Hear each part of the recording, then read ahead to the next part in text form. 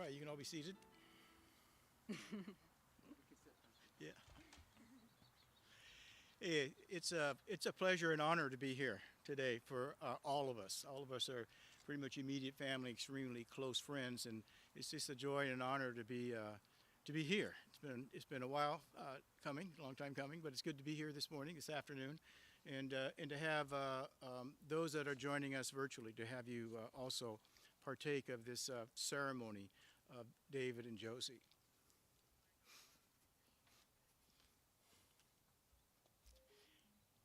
Saying their vows this morning. So, as we get started, we're going to have, first of all, we're going to hear from the friends of the bride and groom. We're going to have Sally come and share a few words first.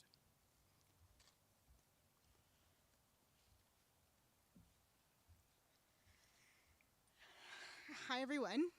For those of you who don't know me, I'm Sally, one of Josie's best friends. So I'm going to try my best to give this speech without crying. um, Words can't describe how happy I am for Josie and David. I've known Josie since we were 8 years old, so just to call her my friend is an understatement. Josie's my sister, and she's one of the most amazing human beings I know. She's the kind of person that will always be there for you, whether you want to go on a spontaneous adventure, need some wise life advice, or just to get excited about a new kitchen appliance. Josie's the friend I'd call pretty much in any scenario, whether it be an emergency or a celebration. I have an insane number of memories with Josie, and with only a handful of photos to match for some reason, so it's hard for me to choose just one story to share. But one of my favorite memories with Josie was when we were in Italy together nearly a decade ago. I was studying abroad in Ireland, and Josie joined a few friends and I on a trip to Italy. We got it in our heads that we wanted to visit this somewhat remote village, which we could reach by taking 6 trains over the course of a day. Naturally, our first train was delayed, resulting in a 6-train journey turning into a 12-train journey in the rain. At one point on this adventure, we accidentally got locked onto a train somehow. And rather than panic like the rest of us, Josie just whipped out her Spanish and miming skills and calmly asked for directions on how to get us off the train and onward to our next destination. And surprisingly, we actually made it to the village with enough time to catch the sunset. You might be thinking, of all the stories to tell about Josie, why would I choose this one? And this is a story that shows Josie's adaptability. No matter the situation, she'll roll with it and figure it out as she goes, trusting her gut while still maintaining a level head. And from what I've been told, that's a great trait to have for marriage. We've been there for each other for our best and worst moments, and I'm so honored to be here to celebrate her union with David. I'm ecstatic that Josie has found a life companion in David. Josie and David don't complete each other, they complement each other. On their own, they're two phenomenal individuals, but together, they're unstoppable. They will have the marriage that everyone hopes for. They truly are a perfect match, and I know that they'll be able to ride the waves of life together as friends, as soulmates, and as husband and wife. So according to Google, this is the part where I'm supposed to give you guys some advice on your marriage. I don't really feel qualified to do that, so instead, I'll leave you with some advice that a wise person once told me. No matter what life throws your way, always handle it with love, for yourselves and for each other. When you do that, you can get through anything and everything together. And so, with that said, here's to a life of joy, of adventure, and most importantly, of love. Congratulations to you both. Thank you.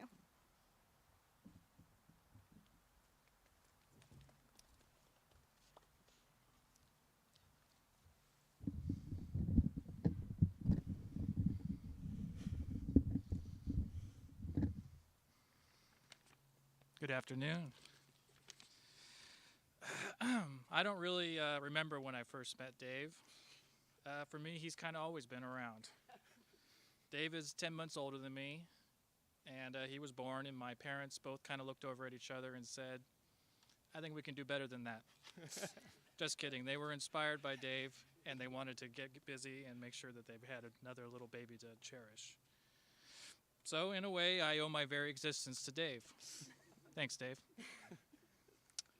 You see, Dave is my second cousin, once removed, something like that. We've always had some trouble explaining it to people, to put it simply, Dave is a member of my family. We grew up together. We did everything together. We're best friends.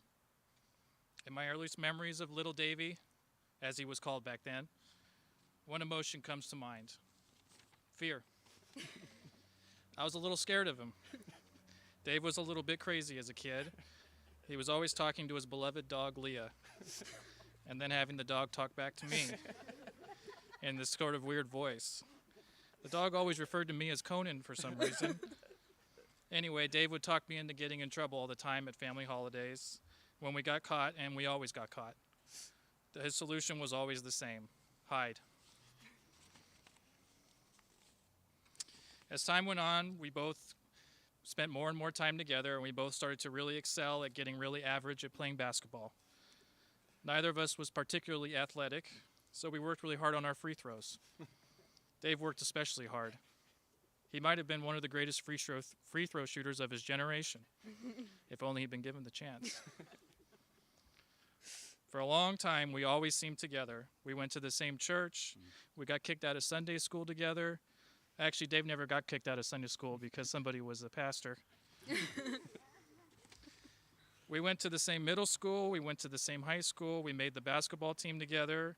We sat on the bench together. We got the guys on the basketball team their water together. We got below average grades together, and we went to community college together. We both had the same first job, courtesy clerk, better known as grocery bagger. Now, this was something Dave really excelled at, maybe even more than free throw shooting. I think he even went to the state championship or something. I'm sure he still has the trophy, placed right next to the one they gave us for giving the guys their water on the basketball team. We even vacationed together, same spot every year. The fold-out couches in the living room at Uncle Dave's house in Walnut Creek, with a view of Stu. Where we were taught by our uncle to play golf, and he taught us one of life's greatest lessons. No matter what you do, or where you go, or who you meet, or what you accomplish, you always remember one thing: do not embarrass me. Anyways, it got to a point where people would just assume that we spent all our time together. If someone saw me out in public without Dave, they'd say, "Where's Dave?" And I'd say, He's not here right now. Should I take a message?" And they'd say, "Yeah, tell him to meet me at the Scissor parking lot, 3 o'clock. Don't be late." I'd say, "Oh, sure, I'll let him know." And Dave say, "Let's hide." Well, it's been going on for a while now. But after a long time of me and Dave being together, Dave's decided that formally he's ready for an upgrade. Now he's going to be doing everything together with his beautiful wife, Josie. When I think about Josie and her willingness to get married to Dave, a quote from the cinematic classic Planes, Trains, and Automobiles comes to mind. "You're a lucky man, Neil Page." Except I would change it to, "You're a lucky man, David Roy." Josie is kind. She's got a great sense of humor. She's really smart, in fact, like intimidatingly smart. She's beautiful, she's adventurous, and she makes my second cousin a better man. All of a sudden, Dave loves to travel. He's going on hikes. He's in great shape. She's perfect, and we're all lucky to have her. So, Josie, I'm happy for you guys. I hope you're together forever. And I just want to say to you, welcome to the family. He's all yours.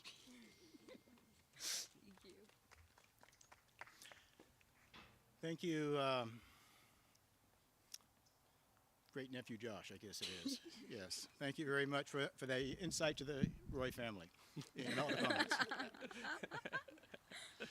Well, it is once again, it's a pleasure to be here in front of David and Josie and see the journey of them together. I know for Victoria and myself, we're just so pleased at Dave's great wisdom in choosing a bride. Yes. It is a great choice. So I want to talk a little bit about, before we start off with the vows, I want to start a little bit about love. As Sally has mentioned, it's the cornerstone, it's the essence of marriage. And sometimes it's just, it's hard to get a handle on what that word means. We understand that, marriage, love is the essence of marriage. But what exactly does that mean? I mean, part of it is the feeling, part of it is that infatuation, part of it is that joy being with somebody. But if we look a little deeper, we also realize that the core of love really is, it's not a feeling. It's not something that's we do because somebody cares about us. But love at the very core of what it is, It's a choice. It's a decision. It's a matter of the will. We choose to do acts of kindness. We choose to do acts of love, regardless of how we feel at times. Because let's face it, feelings come and feelings go. We feel good about ourselves one day, and we don't feel good about ourselves the next day. When we don't feel good about ourselves, we tend to think that other people don't feel good about us either, and we interpret other people's actions through our own feelings and whatnot. So it's a choice.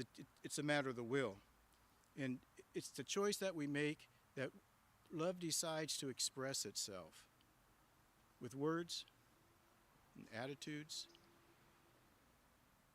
in a manner that values the other person, in a manner that communicates to the other person that you are important to me, that you are loved, that you are valuable.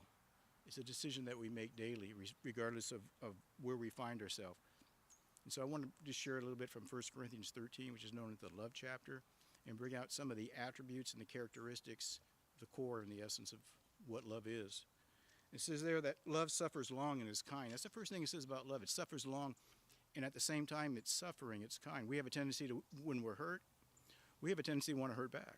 When someone hurts us, we have a greater tendency to want to hurt them back. And we can hurt by overtly or covertly. We can hurt aggressively or passive-aggressively. And that word suffers long. It's an interesting word because in the original Greek language, it means to, that word suffer means fire or intense heat or anger. And long literally means to spread out. So suffering long means we spread out our anger. In other words, love diffuses anger. And in return to being hurt, we respond in kindness. Love suffers long and is kind. It's been said that it's like love receives a hurt and gives a hug in return. That love is not reactive, but it's proactive. It changes the environment. It's a choice that we make. It says love is never jealous, it's never insecure, it's never possessive. It's never boastful, never selfish, never rude. It doesn't demand its own way. Love is flexible. It's willing to, especially in a marriage, willing to compromise. It's not irritable. It's not touchy. Love keeps no record of wrong. So these are all attributes that have nothing to do with feelings, but everything to do with choice. But keeping no record of wrong, that means that love is always poised, always ready to forgive, to let go of an incident. And it says elsewhere in the Bible that we should be quick to listen, slow to speak, and, slow to get angry, and quick to forgive. But being quick to listen and slow to speak, and always being ready to let go, always being ready to forgive. Hurts come and go. We inadvertently hurt one another without meaning to. Life's that way. We internalize things, we personalize things. Be quick to let it go. Love never gives up, never loses faith. Love always protects, always trusts, always hopes, always persevere. Love never fails. It never dies. The Bible says God so loved the world that he gave. That God expressed his love through willing to sacrifice his life for others. And just like your love will be expressed one to another through a willingness of giving of yourself to each other constantly, every day. We're going to exchange vows right now, and I know David and Josie have written their vows one to another, so I'm anxious to hear what those vows are. So if you would turn and face one another right now, and so you've memorized your vow, or at least you're going to pull your cell phones out. No, definitely not. Yes, okay. Definitely not. So you're going to pull your cell phones out, and Dave, we'll start with you.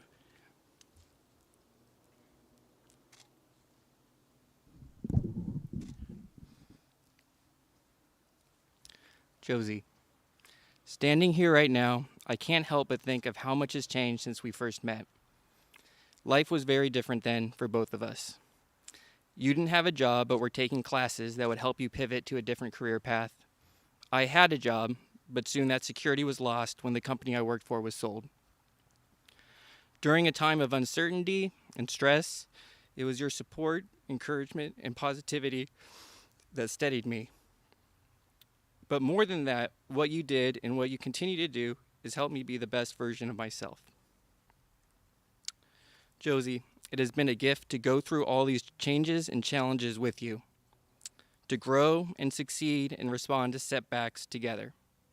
It gives me complete confidence in our ability to face and adapt to whatever the future holds.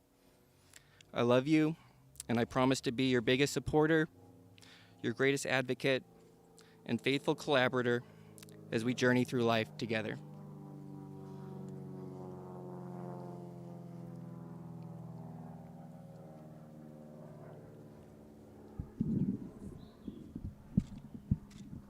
David, I love you. I'm gonna cry. You are the person I want by my side as we continue on this journey of life. I love that you are open-minded and willing to consider other viewpoints other than your own. I appreciate your willingness to go to new places or try new food, for bearing with me when I'm bored of eating the same thing and want to venture out. I love that you are thoughtful and pay attention to the details. I know my spontaneity can sometimes make things a little dicey for both of us, yet you take these moments all in stride and make the most of it all. I vow to support you to be the best that you can be. I promise to grow with you and to be willing to face changes to keep our relationship alive and interesting. I promise to love you in good times and in bad, when life seems easy and when it seems hard, when our love is simple and when it is an effort. But most importantly, I promise to be present during the good and the bad. I vow to be the best partner in life and in love. I'm so lucky to have found such a great person to go on this journey of life with, and I'm excited to spend the rest of my life with you. You've chosen to do the ring vow, so we have rings that we want to exchange. So, Josh, would you hand Dave his ring and Sally hers? So this ring's an outer symbol of your inner love, inner commitment, inner love for one another. And as you look at these rings, you know, as time goes on, you're to be reminded of this moment. So, David, placing the ring on her finger, I want you to repeat after me. Say, with this ring, I thee wed. With this ring, I thee wed. And with it I bestow upon you. And with it I bestow upon you. All the treasures of my mind.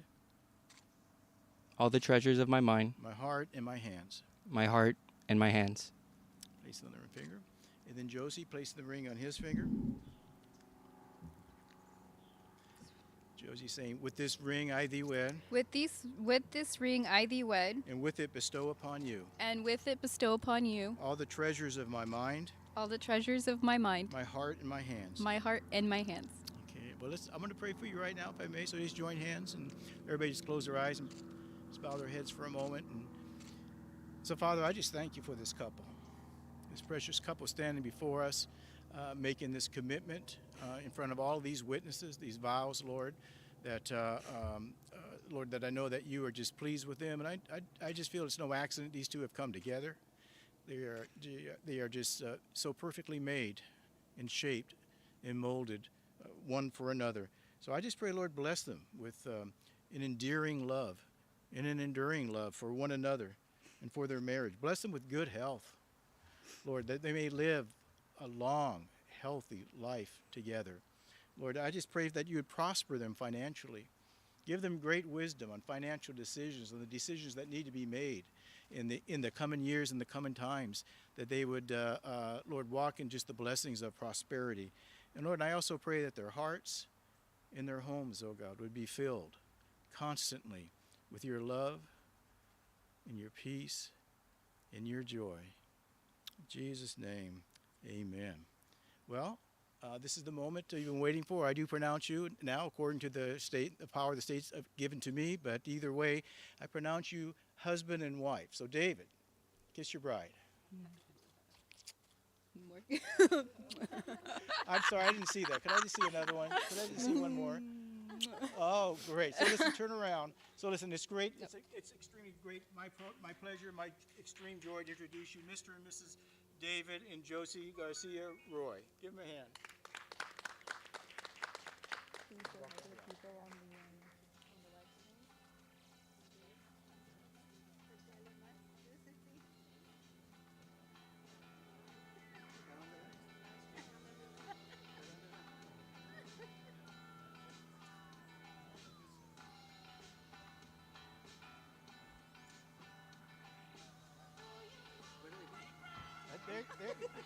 They're getting in the car.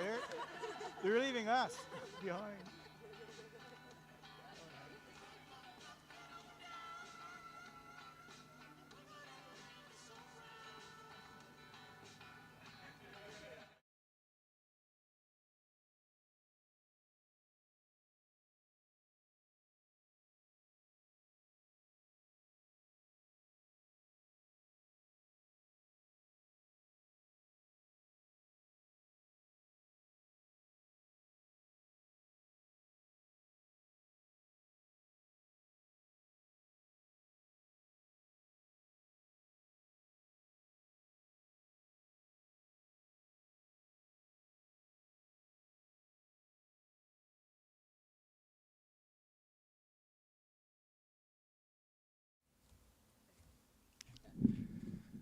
We just want to give a message to everyone who's watching virtually.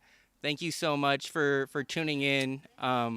We're so sorry that we couldn't share this moment with all of you in person, given the current circumstances. But thank you so much for being present virtually.